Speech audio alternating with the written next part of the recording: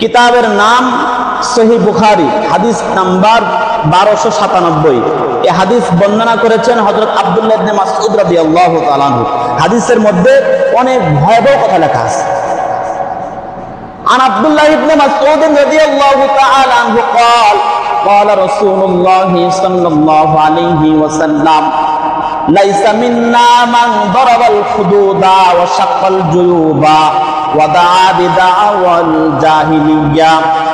হযরত আব্দুল্লাহ ইবনে মাসউদ রাদিয়াল্লাহু তাআলা আনহু থেকে বর্ণিত, তিনি বলেন রাসূলুল্লাহ সাল্লাল্লাহু আলাইহি ওয়াসাল্লাম ইরশাদ করেছেন, তোমাদের মধ্যে যে ব্যক্তি কারো মৃত্যুর কারণে শোকে নিজের গালে আঘাত করে, বুকে আঘাত করে, নিজের জামা ছিঁড়ে ফেলে, আর কবিতা বলে বলে, ছন্দ বলে বলে কান্না করে, জাহেলি যুগের মেয়ে লোকেরা যেরকম করত, তোমাদের মধ্যে যারা এরকম করবে, লাইসা মিন্না, তারা আমার উম্মতের অন্তর্ভুক্ত না।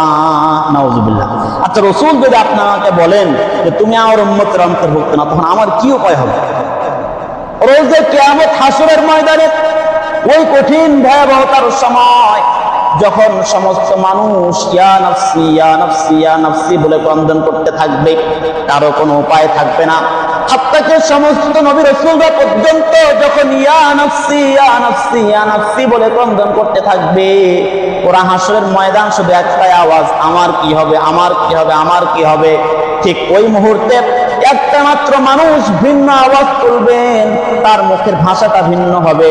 তিনি বলবেন ইয়া উম্মতি ইয়া উম্মতি ইয়া উম্মতি, আয় আল্লাহ আমার উম্মতকে আপনি বাঁচান, আমার উম্মতকে জাহান্নাম থেকে বাঁচান, আমার উম্মতকে জাহান্নাম থেকে বাঁচান।